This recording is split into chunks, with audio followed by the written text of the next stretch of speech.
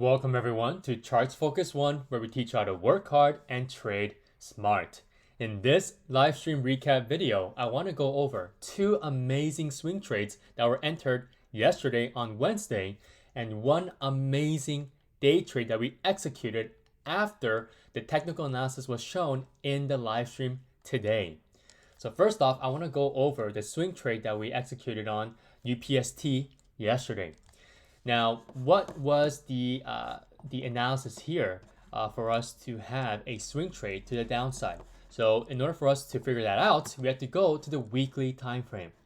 And UPST on the weekly time frame has obviously seen better days, right? UPST highs, the all-time high was at $401.49. And if you take a look at the current share price, right, we closed at 19.46 and the all-time low was $14.02. So very dismal price trend so far for the past 2 years, ever since its IPO.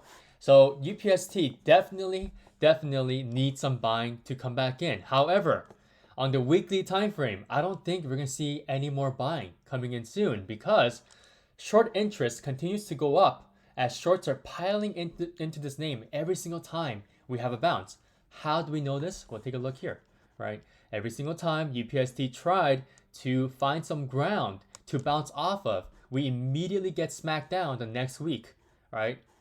Every single time.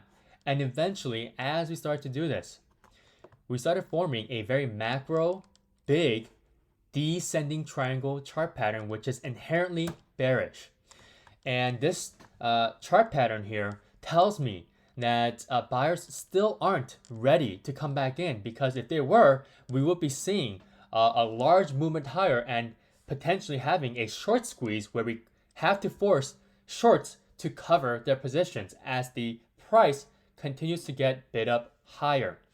So UPST here, as it continues to reject off of this descending level of resistance, and this will be important once we go back in the daily time frame, shorts continue to pile on this name and continues to shove this name back into the ground. And at some point, we're going to be retesting the $18 level of support. Okay, so at some point here, this is the line in the sand, right? So eventually, if we do come back to it, I'm going to expect a break below $18. Why? Well, we have done that already on earnings reaction, right? The all-time low was $14.02, right? So remember that. And if we do come back down to $18, there'll be a great chance and possibility for us to peak below it once more. And possibly at that point, hopefully, bulls can, find some sort of foundation and ground to start bouncing back up again. All right. Now, with that in mind, let's go to the daily time frame. So, what did I see on the daily time frame for us to have an entry on Wednesday? So yesterday. So before that, on Wednesday, I looked at the Tuesday's candlestick and I notified my CFO Swing Watch members that UPST can be a very good trade the following day because of the candlestick. Right, just based on what we see here on the candlestick, it's a very ugly looking inverted hammer candlestick, right? We have a very thin body at the bottom and you have a very long wick at the top. And this wick is evidence of the fact that sellers have come back down on the buyers, right? With huge force as the price retested this descending level of resistance, right? And we also used $23 as a level of resistance as well. So let me make sure that you guys are able to see this here. Okay, so it was a double whammy, right? And the price just got smacked down right away, just like that on Tuesday, and we closed with an ugly looking inverted hammer candlestick. Now, here was the kicker on Wednesday, so yesterday. As we opened up, right, we moved up slightly, ever so slightly. And instead of even retesting the 21 SMA that it just lost after open, we didn't even retest it. And once we got into the vicinity of the 21 SMA, we immediately smacked back down. and we continued to push lower and lower and lower. And that was my first warning sign that UPST is still not ready yet to continue the uptrend that it tried to have last week, right after earnings and off of CPI data. So UPST, as it lost the power, the buying momentum to try to at least retest and remount and hold above the 21 SMA from the previous day, we pushed lower and ultimately we ended up reaching this very critical level of support at $20, or specifically 20.20. So as we continue to move lower here, we weren't able to hold the $20 level of support. And that's where I got even more warning signals that this is ready to move to the downside. And the most unfortunate thing for me though was that I wasn't looking at this name as it penetrated below $20, and it could have been a perfect entry. But in a few minutes, I'll show you where I got in and how I averaged in to get a better entry. Okay, so UPST, as we continue to push below 20, we eventually lost the 10 SMA as well. So this was pretty bad on the day here on Wednesday. So if I go on the 15-minute time frame, right? So this is the day here that we entered. And if I show you guys my Discord here, so I'm giving you guys another sneak peek here at the actual CFO Discord. Okay, so this is the CFO Pro Traders channel, and this is where I send in the trades that we're looking at for the names that we have selected for the week from the CFO Swing Watch newsletter. So if you guys want to join, make sure you guys check out the description box below and click on the first link. And provided in that same space with the link, you will see 2 different discount codes for 50% off. All right, so there's only 4 left for each discount codes. All right, so there's only 4 left for each. So remember that. And especially if you guys are new here, you might want to lap that up quickly before it goes away. Okay, so UPST, this is what I sent in at 7:48 a.m. UPST high risk swing trade for $17.50 strike put contracts, or $17 put contracts that expire on November 25th. And the reason why I got November 25th is that, well, my entry, or at the time when I was looking at UPST, we've already broken below $20, right, or 20.20. So I told myself, well, you know, if UPST decides to bounce any time of the day, I can at least be relieved that I have some time to actually scale in and average into my initial entry, and I could get a better average entry at the end of the day. So that extra time just got me some more confidence that I'm able to average into this name and get a better entry point at the end of the day.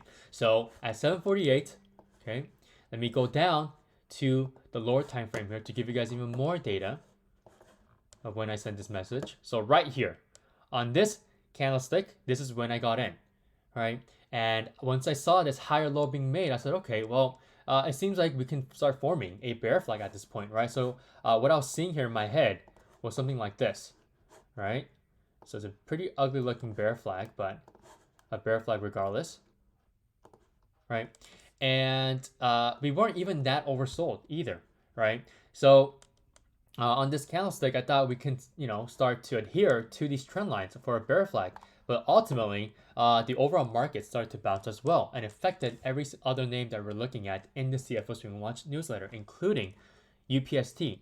So as we start to break up higher, right, I told myself, okay, well, if we come back to retest that support level of 20.20 again, or around $20, then I can start scaling in and averaging in to get a better average entry on this name.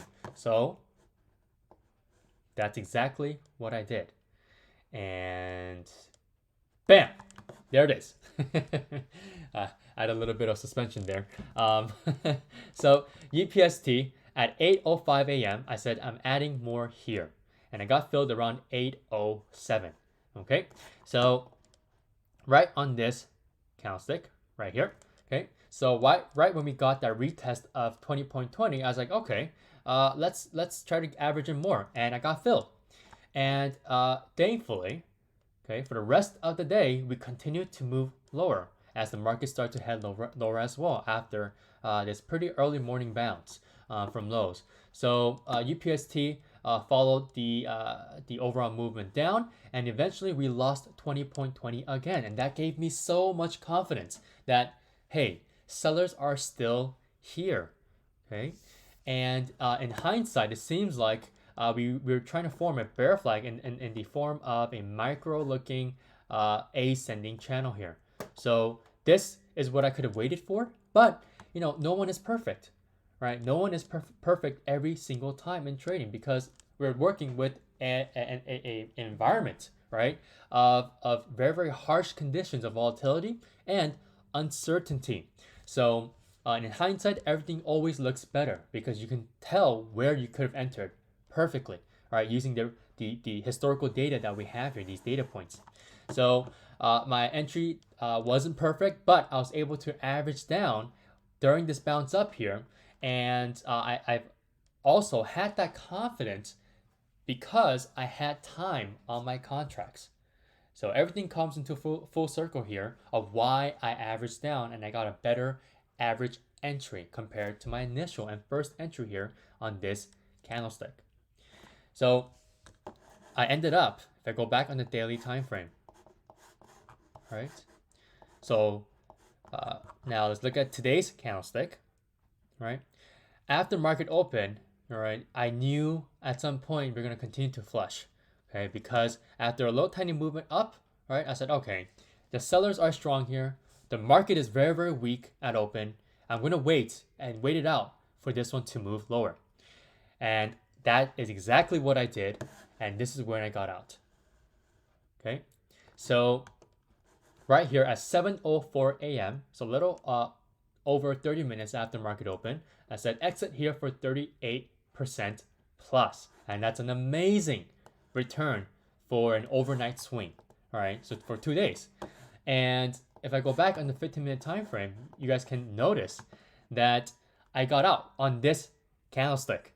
And I got out exactly around 18.88 to 0.89.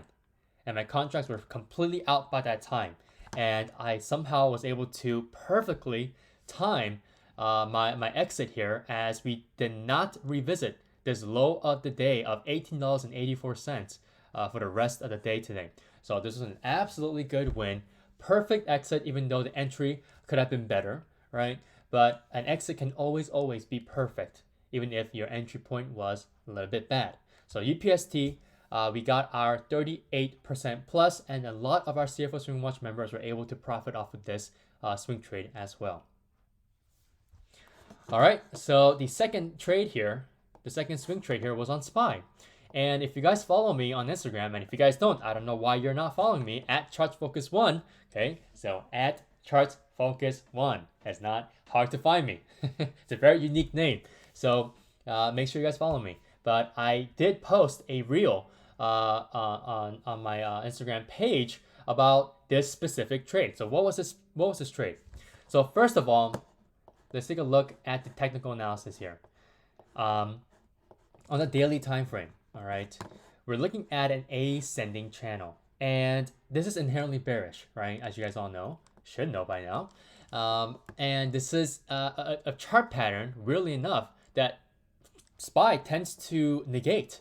And what I mean by that? Well, SPY loves to negate ascending channels or rising wedges to the upside. So it breaks to the upside because these charts are bearish, right? And whenever these charts are formed, they tend to have a break to the downside.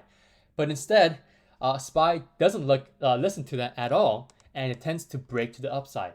So this ascending channel here, we're basically still monitoring it because there could be a possibility for us to break to the upside. However, for this specific trade, all right, we were pretty much a little bit overextended. Why? Well, here's the reasons why. So first off, you guys can clearly see that there's this rectangular shaped shaded area here, and it's not a random area. right? So this shaded area extends from 395 to 400. And this is a huge 5 point range here that we've been looking at for the entirety of this year, right? We've seen this area back in mid-May, and we've seen this area back in mid-July, and we've seen this area back in mid-September. And this is a heavy level of supply where sellers are sitting at. All right, they're just sitting and waiting. Once the price comes back into this range, then they will come back in just like that, and they'll start selling, right? And this is their opportunity to shine. And shine they did. Because once we started to come back into this range, we're also retesting and coinciding with this ascending resistance trend line, which is apart, right, and extends from the ascending channels chart pattern.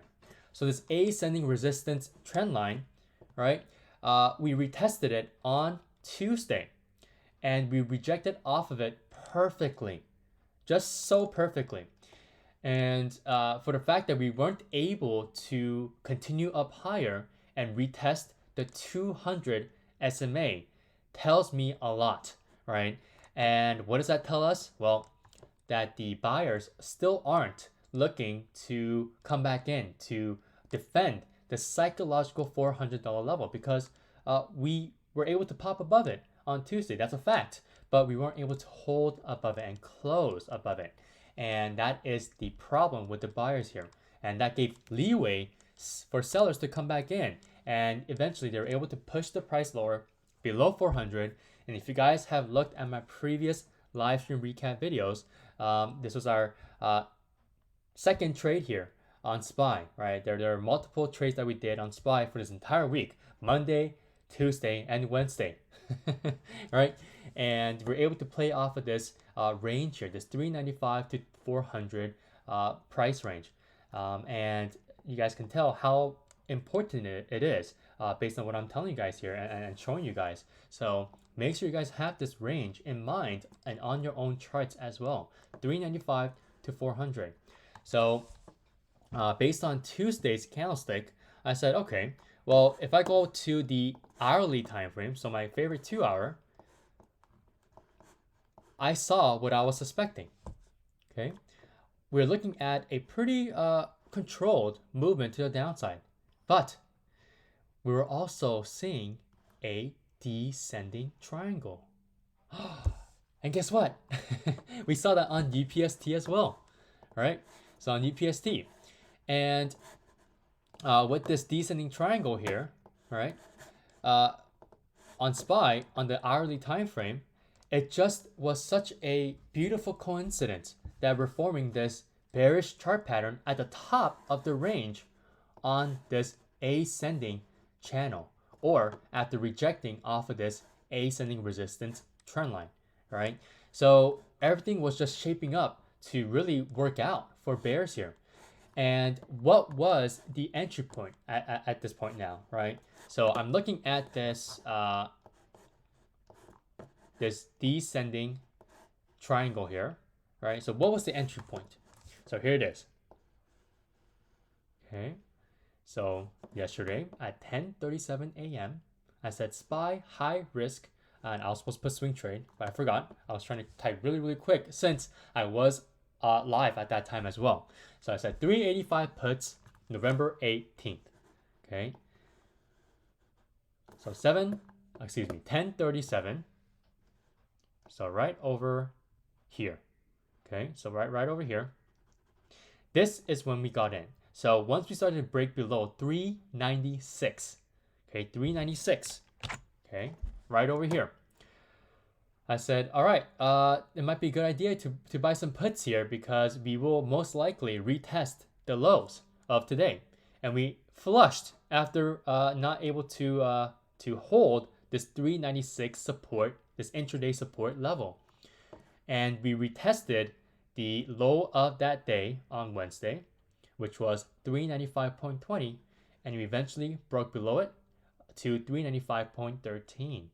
and I expected to see a bounce once we retested the low of the day and after we make a new low of the day, and eventually that's what we got, right? And for the rest of the day, we continued to consolidate within this descending level of resistance, or just the descending triangle chart pattern. And I told my CFO Swing Watch members to expect this. We can see for the rest of the day just a continuous consolidation of the price within this chart pattern as it adheres to every single level. For example, the 395 support level, from that $395 to $400 range, the supply area, and this descending level of resistance. And just based on what we see here, that's exactly what we did. Okay, and I decided to hold and get some more as we started to consolidate, right, for more SPY contracts. And thankfully and luckily, I was able to get more because overnight we absolutely flushed off of economic data that we got over in early morning. So when I was tracking SPY futures overnight last night, we were actually kind of pushing upwards, and on SPY futures we broke the descending triangle that we're also seeing on SPY futures to the upside. But in the morning we just absolutely flushed and we ended up gapping down, and this is where we exited.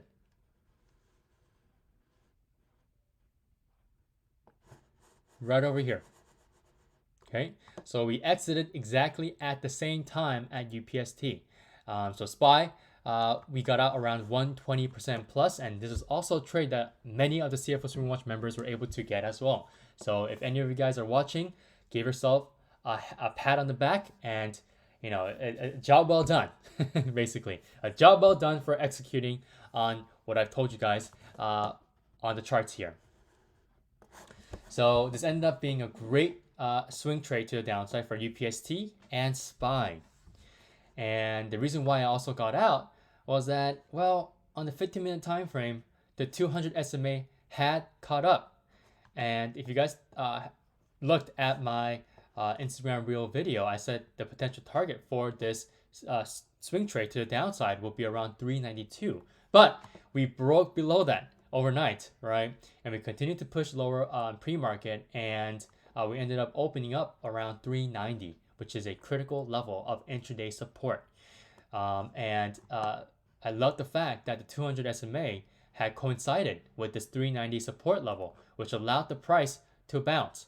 So I was able to get out on this candlestick right here around 390 point. I think it was around 390 point 30ish, if I remember correctly. 390.30 to 390.45ish. Yeah, so around there. Okay. So with SPY here, that was the put swing trade to the downside. Now, let's go ahead and talk about the the day trade that we did and executed on SPY. And what was this day trade? Well, it was a day trade to the upside. And when was this conducted? Right over here. So as we're monitoring the SPY action here during the live stream, I said, okay, look, since we were able to remount the 10 SMA after retesting it on the 15-minute time frame, we can see more movement to the upside. And we got a fat looking candlestick here, a very, very wide candlestick, right? This tells us that there are buyers. And since we missed the move here after a retest in the 10 SMA, okay, I said, look, we haven't still gotten you know, a larger move to the upside yet, right? Because we're starting to fill in the gap, and today can just be a day of filling in the gap, right? And if you want to fill in the gap, we need to at least retest 395. So there's still a lot of room left, and the reason why I said to my CFO Swing Watch members that there still could be a trade here, well, we haven't retested the 21 SMA just yet, and this price action is telling me that we want to retest the 21 SMA. And remember from our previous videos, right? So make sure you guys check the most recently uploaded video and the videos before that as well. I talk about how when we retest and remount the 10 SMA, we usually get to see the price wanting a need to retest the 21 SMA next, right? And I said, okay, look, if we retest the 21 SMA, then we'll most likely retest a intraday level of resistance at 393.50. And this is the line that I drew for my CFO Swing Watch members during the live stream. And on the next candlestick, that's exactly what we got. The price pushed up higher, retested the 21 SMA, peaked a little bit above 393.50, which is not unusual when we retest an SMA, a major SMA, on any time frame actually. And after peaking above it, we smacked back down and we ended up with another inverted hammer candlestick. And this is what you guys saw on UPST on the daily time frame. And I said, all right, if we continue to stick around 393 to 393.50, a very, very tight price range, we can start seeing a formation of a bull flag. And if you take a look at the 5-minute time frame, that's exactly what we did, right? Sure, we peaked below 393 a little bit, but also that's expected. I'm not going to be expecting an ideal movement where we just strictly move between 393, 393.50. That'll be too easy, right? That'll be way too easy. The markets move on human emotion. So if one is too bearish and if one is too bullish, they will clash with each other. That's the reason why we get these little tiny peaks to the upside and peaks to the downside on supports and resistances, right? So SPY here, as we continue to consolidate between 393 and 393.50, right? I said, guys, look, there can be a high risk day trade at 390 for 398 calls or $400 calls that expire this week. And I said, once you break that 393.50, that will be our entry. However, after sending this message at 9:35, so on this candlestick right over here, okay, I said, you know what? Let's be a little bit more risky. Okay, let's be a bit riskier here for today, since we got such an amazing percentage return overnight on 2 swing trades to the downside. I said, okay, I'm going to take an early entry here, okay, because the price can potentially stick above the 393 support level, this intraday support level that you guys see here on the 5-minute time frame, right? So this is when I got in, around 393.04. That's exactly the price I remember getting filled at. And the price continued to just move up and down, up and down, up and down between 393, and it peaked a little bit below 393, and then it went back up above 393, and eventually we were able to hold and find some buyers to come back in at the 393 level. And so if we go back to the 15-minute time frame, right, it seems like the 21 SMA was being hugged by the price on the 15-minute time frame. So I said, all right, this is great. We can see a potential second leg up higher here as we continue to fill in the gap. And when we fill in the gap of a gap down, what are we doing? We're pushing out the sellers who have created this gap down.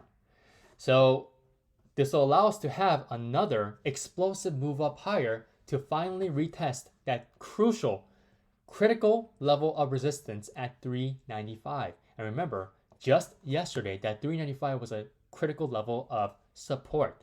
So things can happen very, very quickly in the market overnight. And with SPY here, obviously after breaking above 393.50, we had an amazing return in the next couple of minutes, right? As we had that second leg up higher, and we continued to move up higher and higher and higher. And ultimately, I ended up getting out quickly here before we even saw a retest of 395 right over here. Okay, so right over here. Okay, I said I'm taking some out for 20% plus here. Congrats. So 946. Okay, 946 right here on this candlestick. I got out around 394.35 ish. All right, and we started to pull back a little bit. And I said, okay, well, this should be an area where you guys should be taking some profit into strength. Because remember, this is not our first breakout to the upside. This is our second leg up higher because we missed the initial run up higher. And there could be less buyers. And how do I know this? Okay, how could there be less buyers from the first movement higher? The consolidation, right? The consolidation is what told us that some buyers have left here, and thankfully, we saw the buyers, holding this 393 level, and this gave more confidence to buyers once more, and we saw the price pushing up higher, bidding up higher, ultimately breaking above 393.50 and having that second impulsive leg up higher. And so this is when I said, all right, this is a great idea to take some profits into strength. I'm going to hold some runners. And that's exactly what we did here. Right? So as we were holding the rest of the runners here, I said at 953, 50% plus, I am out. 953. Okay, so when was that candlestick? Okay, right here. Okay, so let me go back down to the 5 minute. So 9:53. Right over here. Okay, this candlestick. Right, and obviously I had a lot more room to move to 395. Right, but again, I didn't want to hold for too long because I want to be able to trade to move to the downside on SPY. And where is the potential move to the downside? When we retest 395. And this is the critical level here that I was talking about to my CFO Stream Watch members in the live stream. And that is what netted us 50% plus on a day trade. So an amazing, amazing run on the 5 minute time frame. So we caught this entire momentum move up higher. So this is exactly what we call a momentum scalp or momentum day trading. So what's next in store for SPY? So as I've told my CFO Stream Watch members this early morning, okay, this is exactly what I told them verbatim. I would advise you guys to not try to trade SPY as often as possible on the intraday timeframes because there will be a pivotal moment for us to enter into a new SPY trade because we have a very critical level of support at 389 and a very critical level of resistance at 395. So before we saw the price hit 395, this is exactly what I told. SPY is in the limbo. We're in no man's land. We're between a critical level of support at 389 and a critical level of resistance at 395. So we have to wait until the price hits either or. And once we do that, then we can see a potential trade on SPY. So I'm still going to hold that thought, but now I'm going to be leaning more to the downside because we've retested the 395 level of resistance and we weren't able to hold this level of resistance, right? And if you take a look on the 15-minute time frame again, we basically formed a double top between these two candlesticks. And we smashed back down, which gave me acknowledgement that sellers are still very much present at this supply area between 395 and 400. So tomorrow, based on the close that we had here, we can get another potential short trade to the downside. Okay, and that's the reason why I got SPY put hedges for any longs that I have left into tomorrow. So depending on how SPY reacts on 395 once more, if we ever even come back to 395 tomorrow, then we can have a nice pivot trade here to the downside. And once we are able to move to the downside, okay, we can see a retest of 389. Now, here's the thing. When we go back down to 389, we're increasing our chances and probability of heading down lower and breaking below 390 or 389. And why is this? Right here. This gap up has not been filled yet. And if you guys remember, SPY loves to fill in gaps 100% of the time.